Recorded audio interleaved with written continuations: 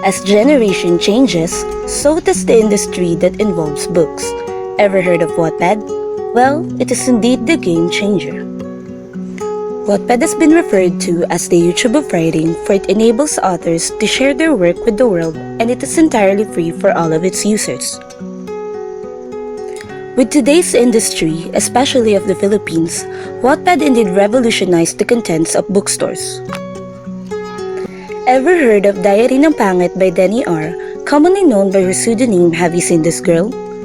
How about She's Dating the Gangster by Bianca Bernardino with the pen name SJ Wannabe? Those are just two of the popularized story that was adapted into a book from the world of Wattpad. Hype and hysteria aside, I'm sure you're left wondering what the real benefit is.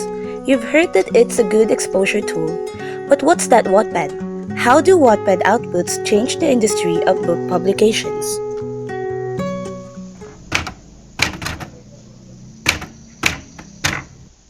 So hi, my name is Ellen Marie M. Pueyo, and I'm studying at Far Eastern University taking Bachelor of Arts in Literature, and I'm 16 years old. Ellen May Pueyo, aka I Misha, is the writer of a published Wattpad story entitled My Campus Girl.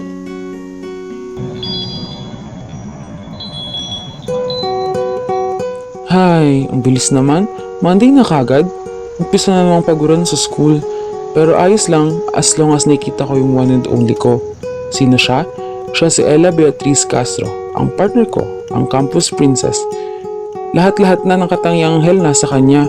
Kaya naman di malabong mangyari na magustuhan siya ng sadamakmak na lalaki. Ano ba yan? Paano ako makakaporma sa kanya kung halos lahat ng lalaki nakabuntot sa kanya? Kaya nga eto ako, magpapakatorpe.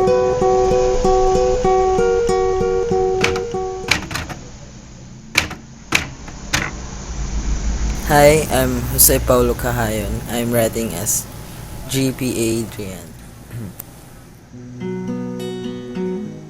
Jose Paulo Cahayon, aka JP Adrian, is the writer of numerous published Wattpad story. His most popular work is entitled The K-Pop Star and I.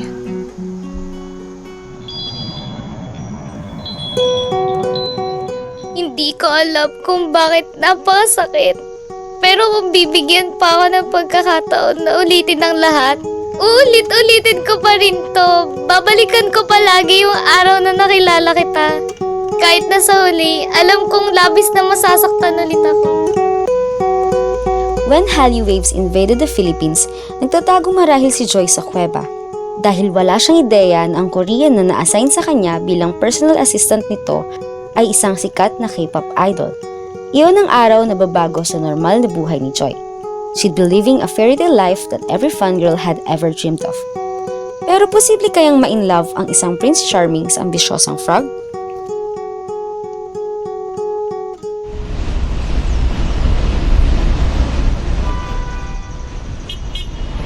Actually, I discovered Wattpad through my friends 3 years ago. With Wattpad kasi, masasabi ko meron silang kumbaga they have a wider audience or readers for certain stories. Tapos actually, there are other sites din like Wattpad, but we do it on Wattpad kasi. Mas malawak yung scope niya. Almost every genre ng story you can find on Wattpad. You can write on Wattpad and you can find a certain reader na would take interest to read your stories. So, summertime po nung na-discover ko yung Wattpad. Tapos, kasama ko yung cousin ko, and nung nag-open ako ng phone niya, I saw yung application, yung app ng Wattpad. Tapos pagtingin ko doon, inas ko siya kung ano yun. Tapos she told me na doon mo mababasa yung mga stories and everything. And doon ko na-discover yung Wattpad. And what made me publish nung stories doon is meron kasi akong first na favorite kong author na nabasa doon. Tapos parang na-motivate ako na gumawa ng stories and i-publish din yon. 3 years ago, 2013, I started writing on a K-pop star and I on Wattpad, and then there, even before kasi as a writer. Actually, most of the writers kasi are looking for readers to share their stories with. And since my Wattpad naman, it's a good place for us as an author, for the writers, parang tambahan nila and to share their stories. And the good thing about it is kasi interactive siya. So once you publish a story or per chapter lang, may mga nagbibigay ng feedback again right away. This is what makes you an author. To be inspired, na pagpatuloy yung stories na sinulat mo para masundan nila.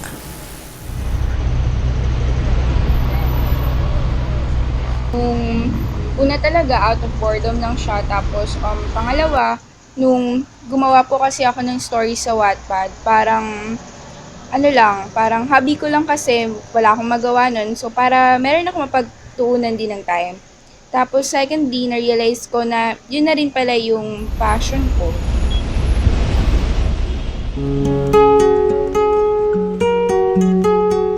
Wattpad opened up possibilities to anyone who wants to write and publish stories for a large audience to read. But these two writers are privileged enough to be one of those at the attention of Wattpad community. But what was their ticket to this popularity? Yung first story ko na got published on Wattpad. And also got published in a book in the K-pop Star and I.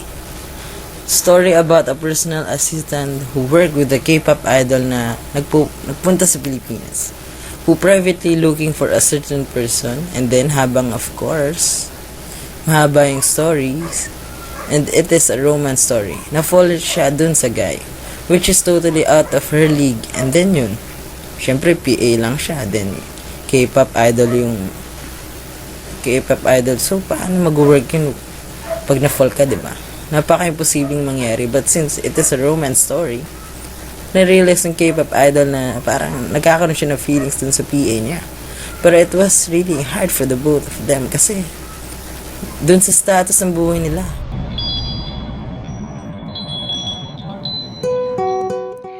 Please, listen to me. Now I know why my grandma sent me here in the Philippines, to find what I was meant to look for. But you didn't find the person, sir. And I'm sorry. I did, and she's standing right here, in front of me. Mahal kita. The words my heart wants to say out loud.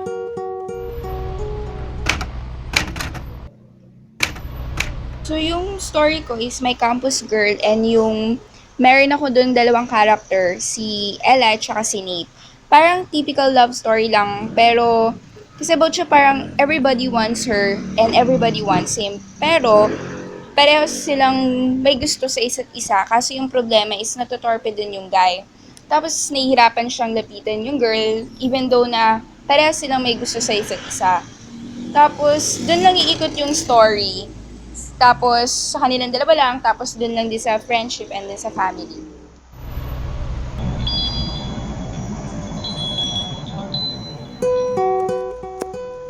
Uy, Nate! Bakit ang lungkot mo? May gusto ko bang ligawan kaso hindi pwede? Oo, Sino yun? Baka matulungan kita sa kanya. matutulungan mo ba ako sa sarili mo? Ha? You mean, manliligaw ka sa akin? Oo, sana. What if I say yes? Eh di, liligawan kita.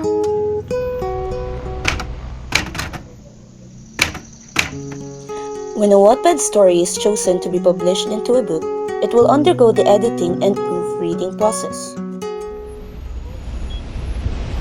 I am Maria Antoinette Velasco, Managing Editor ng LIPM. The first procedure will be editing. Then after nun, yung proofreading. Dito included yung corrections and inputs. Tapos lastly, second proofreading stage na. Sa pagre-revise ng Wattpad stories, ina-identify na namin yung problema sa evaluation pa lang. Ang usual na pinapa-revise namin is yung hindi masyadong katanggap-tanggap na conflict. Para siyang manipulated pero dapat kahit fiction siya, kapag binasa siya ng ibang tao, kapanipaniwala pa rin yung labas ng stories. Sa pag-edit naman ng Wattpad stories, usually technicality lang ang tinitingnan at spelling, mostly sa English. Also yung punctuation or yung sentences, masyadong mahaba tapos pwede namang paiksiin. When we talk about traditional publication, mahirap para sa kanila na maghanap ng publisher na magpapublish ng book nila kasi i-evaluate pa yon. May times na pwedeng ma-return. Ako, ilang beses ko nang nararanasan yun. Yun yung mahirap na part as a writer. Noon naman sa Wattpad, siguro ang mahirap sa kanila, nandoon lang sila. Kunyari yung story mo, yun lang yung pwede mong ipakita sa reader mo. Ang advantage, hindi mo magagalaw ang manuscript. Pero sa traditional publishing, malalaman mo yung mga mali mo sa manuscript. Dahil doon, gaganda pa yung works mo. Kasi makikita nila yung mali sa manuscript mo. Mabibigyan ka pa nila ng advice na kung paano mo pa gagawin na makakatulong rin sa pagsusulat mo. Unlike sa Wattpad, yun lang yun eh. Tatanggapin ng tao or reader yung isinulat mo. Hindi mo alam kung may mali ba. Alam mo, tinanggap na yun ng reader.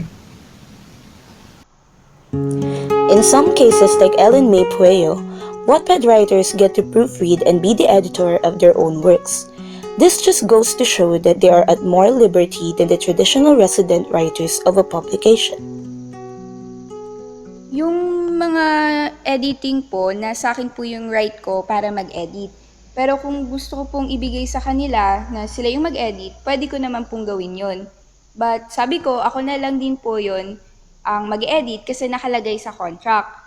Hindi po nila gagalawin unless na sabihin ko na edit po nila.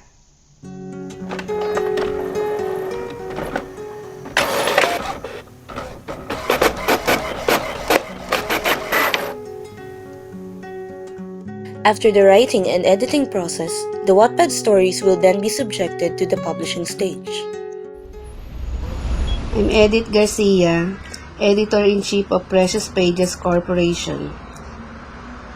Ang criteria namin sa pagpili ng Wattpad story to be published ay unang-una, kailangan pumasok siya sa genre ng romance.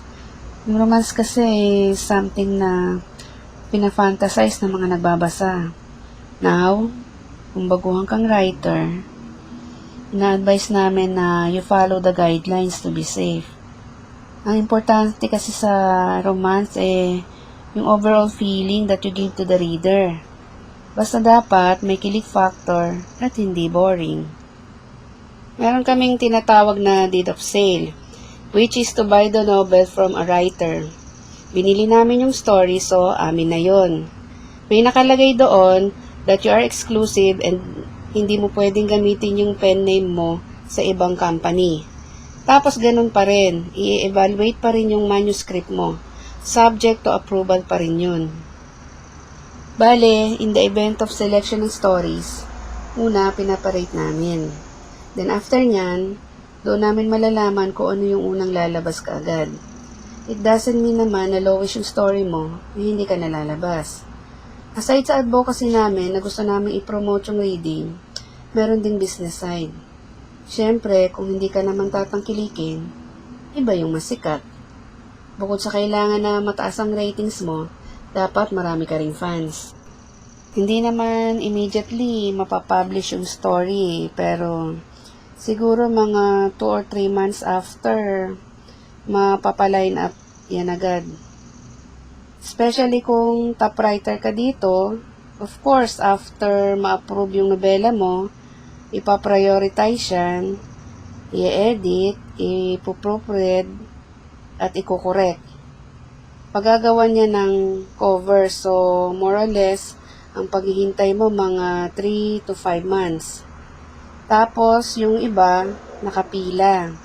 Kasi maraming nagsasubmit dito at maraming naa-approve. Tingin ko naman kasi, the traditional and commercial publishing industry will always be there. Wala namang problema kasi kailangan nating sumabay sa changes na nangyayari. Definitely, Wattpad has opened a broader opportunity for stories authored by fresh writers like Ellen and JP to undergo the publication process and reach the bookstores. So what's that Wattpad? Indeed, it is the game changer.